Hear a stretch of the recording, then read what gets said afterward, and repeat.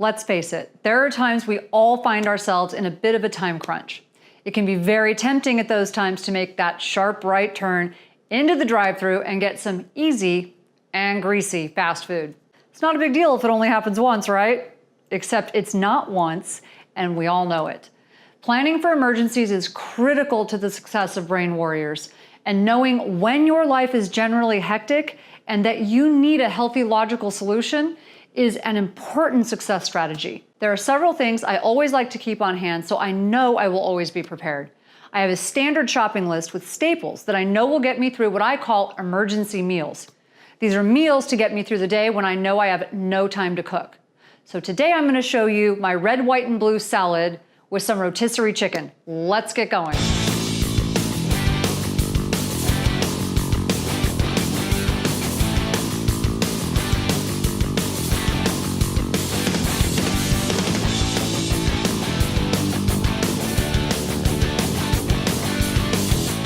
Here's one of my favorite emergency dinners. So anyone who knows me knows that it needs to be simple and fast. If you're looking for princess ideas, you probably need to go get a different cookbook.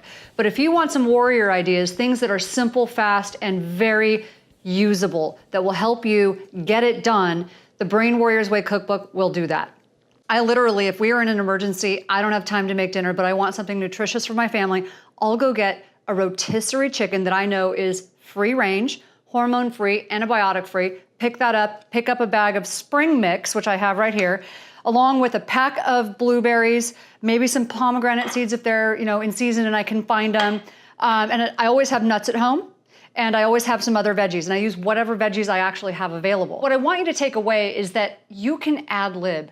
Recipes are designed to be a template, so use what you have. So I've got my spring mix, I've already picked the chicken off of the bone, chopped it up, and we're gonna use that on top. Now, if you're a vegan or vegetarian, use some tofu, okay? The reason I call it red, white, and blue is because this actually turns out beautiful for holidays, and it is so simple, it's going to shock you. So what I do is I take some of my, whatever I have, but in this case I have red bell pepper, and I just do them in a line. I don't even try and toss everything. I just put a line of red bell peppers right here. I'll put a line of cashews right next to it. Just like that. And it comes out looking so pretty. And I measure everything out, so I've got about a half cup of cashews here for 4 people, so it's really not all that much. I take some blueberries, same thing, fresh blueberries, right alongside. Now I have a half cup here, and that might actually be a little too much. So about a half cup of blueberries, right in a line, makes it so pretty. And it's so festive. This is great for not only like Christmas, but this is actually beautiful for 4th of July. So I put a little bit of pomegranate seeds on both sides. I don't know about you, but I can't think of anything really much more simple than this. Now I had jicama in the fridge, so I'm gonna use it. I don't always use jicama because I don't always have it, but today I have it. So that's part of my white. Now if you have time, you wanna make it pretty, go ahead and straighten out your lines a little bit. I actually don't really care, to be honest with you, except if you're having company. And I'm just gonna throw some, I happen to have some cucumber. I'm gonna put these around the sides.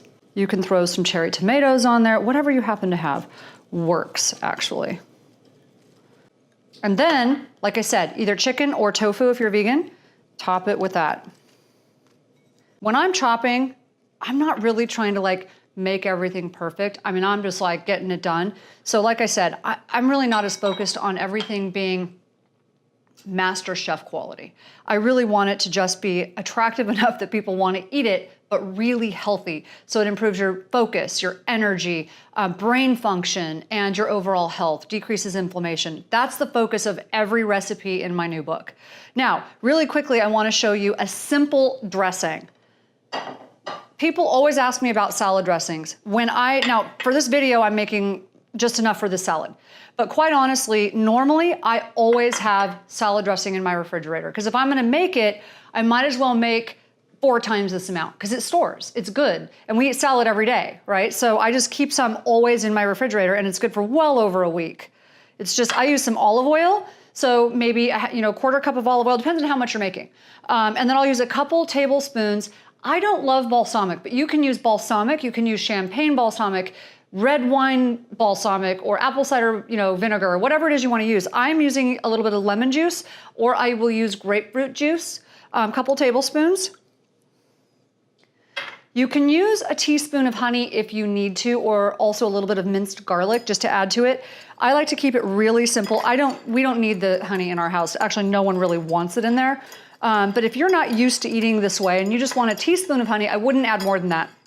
Just know, commercial salad dressings, they actually use a couple tablespoons normally for the same amount. So this is significantly less.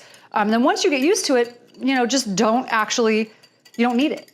Now, one thing you can do that's actually kind of fun, you can use, say, a red wine vinaigrette or something like that, and then you can actually throw, if you have any leftover pomegranate seeds, throw them into your dressing and let them sit in the refrigerator for a little bit. You can strain the pomegranate seeds out, it'll just flavor it a little. And that's actually kind of a cool thing to do. And then you can just drizzle it over the top as you want to with your salad. Now, I'm gonna save this and set it aside because everyone in our family is very different in how they want to put their dressing on. But that's what we would have you do, is just drizzle it on or toss it or whatever you want to do. I like the salad not tossed because it's so beautiful. So hopefully you can see just how easy being a brain warrior can be. And in the Brain Warrior's Way cookbook, I took the time to really listen to the challenges of our tribe and answer you guys. Not only are there over 125 simple, delicious, brain-boosting recipes, but there are dozens of tips, shortcuts, and strategies to help you save time and money. This is your everyday guide to navigate through the challenges and help you become a brain warrior. There is something in here for the whole family.